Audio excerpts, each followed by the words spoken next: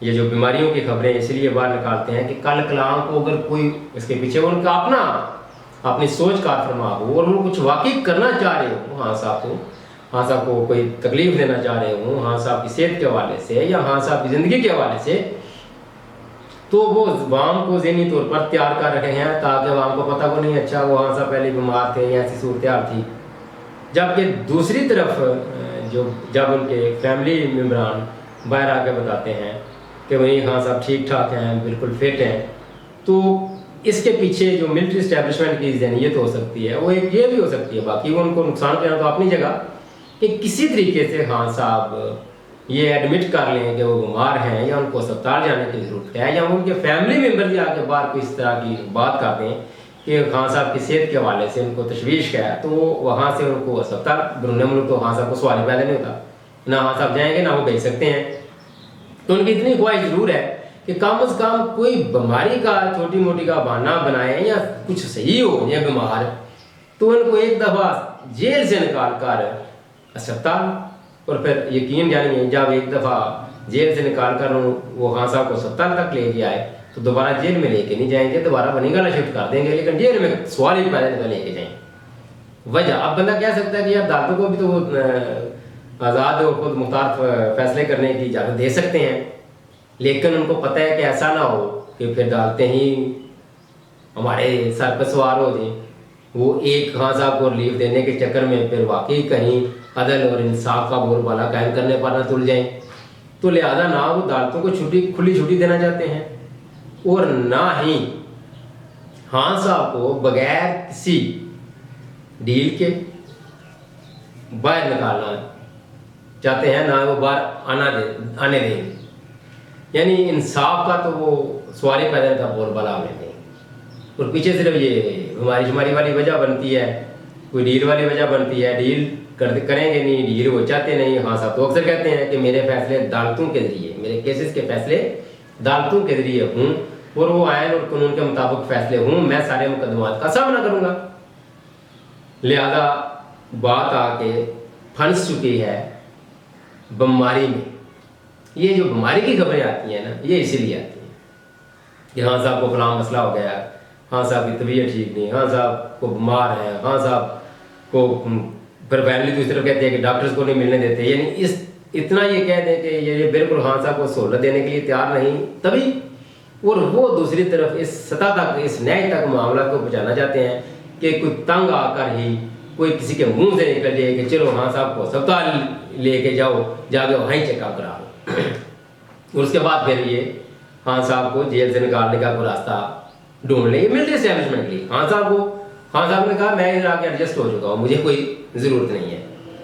اب عوامی سطح پر جو ان کے M P A M N A Pakistan Tehreek Insaf کے ہیں، پارٹی عہدیداران ہیں، پارٹی ممبران ہیں، ورکر ہیں،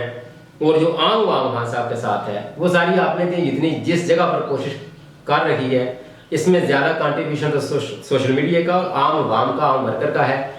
جو M P A M N A ہیں وہ تو میرا خیال 10% بھی نہیں ہے جو آ کے خان صاحب کی کوئی تعریف پہ یا ملاقات کے دن آئیں یا ملاقات کرنے کے لیے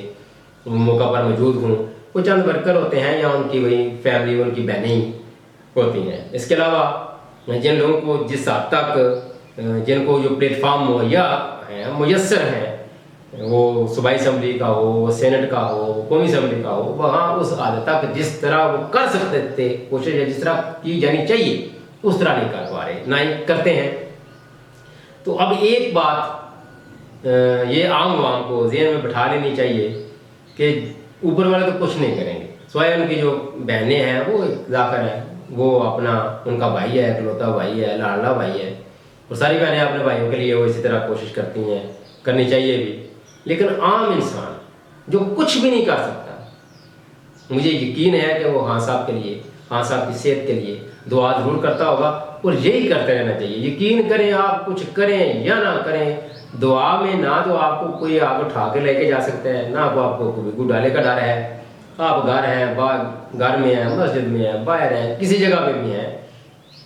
تو وہاں آپ خان صاحب کی صحت کے لیے دعا کرتے رہیں۔ اب یہ دعا اور بد دعا والا جو معاملہ ہے نا، یہ کہہ لیں کہ پاکستان کی سیاست آگے دعا اور بد دعا کے درمیان لٹ گئی ہے۔ اللہ تعالیٰ عمران خان صاحب کو صحت دے، اور یقین جانیے اسی صحت میں، خان صاحب کی صحت میں، آپ یقین جانیے، میں یہ فکرہ بار بار دہرا رہا ہوں کہ خان صاحب کی صحت میں اس نظام کی موت واقع ہے۔ اگر خان صاحب کو کچھ ہوا تو یہ اپنے ڈنڈورے پیٹیں گے، کوئی بیانیہ بنانے کی کوشش کریں گے، کچھ بھی کریں گے، لیکن مجھے یقین ہے کہ پاکستان کے 90% لوگ خان صاحب کے ساتھ ہیں، اور سیاسی طور پر نہیں، اب تو وہ آپ کو پتہ ہے وہ مرشد کہتے ہیں، سیاسی لحاظ سے ان کی جو مقبولیت ہے وہ تو آپ کے سامنے ہے، 90% سے زائد ہے، لیکن یقین جانیے جس کو لوگ مذہبی لحاظ سے بھی اپنا مرشد مان لیں، اس کے لیے تو لوگ جان دے دیتے ہیں، اور آپ نے تو صرف دعا کرنی ہے، آپ دعا کیجیے کہ اللہ تعالیٰ عمران خان کو تندرستی اور صحت عطا فرمائے، اور یہی خان صاحب کی صحت اس نظام کے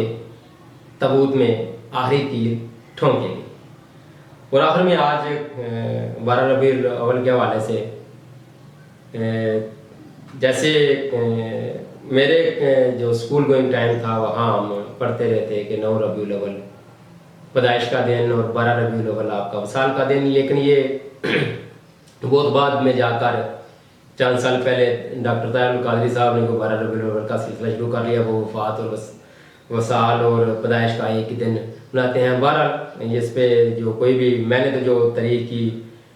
کتابوں کا مطالعہ کیا وہاں تو یہی ہے، اور جو اپنے اسکول ٹائم میں بھی جو پڑھا وہ یہ بھائی یہی ہے کہ 12 ربیع الاول وصال کا دن ہے اور 9 ربیع الاول آپ کی پیدائش کا دن ہے۔ اس میں آپ ایک بڑے معتبر تاریخ دان ہیں مولانا اکبر شاہ نجیب آبادی، ان کی ایک کتاب ہے تاریخ اسلام، 3 جلدوں میں ہے، وہاں انہوں نے اس کے علاوہ اور بڑے جو محقق قسم کے علماء حضرات ہیں وہ اس پہ بیان دے بھی چکے، اپنے بیانات بھی جو عوام کے سامنے رکھ چکے ہیں، بات بھی کر چکے ہیں، لیکن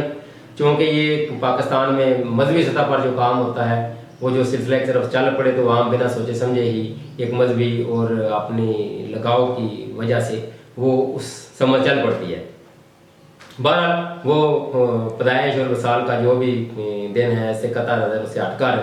آپ صلی اللہ علیہ وسلم کی آج جو بھی دن منا رہے ہیں، جشن عید میلاد النبی منا رہے ہیں، تو آپ یہ جھنڈیاں اور یہ اپنا چراغا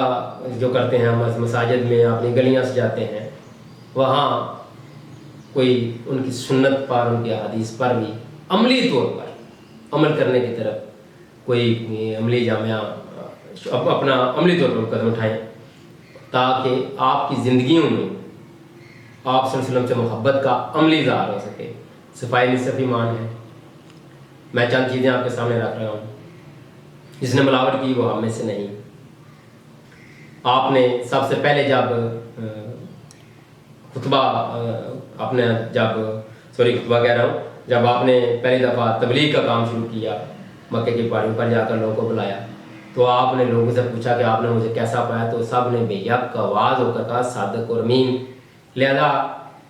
اس سے ثابت ہوا کہ آپ صلی اللہ علیہ وسلم کی سب سے پہلی سنت سچائی اور ایمانداری ہے، یہ اپنائیں۔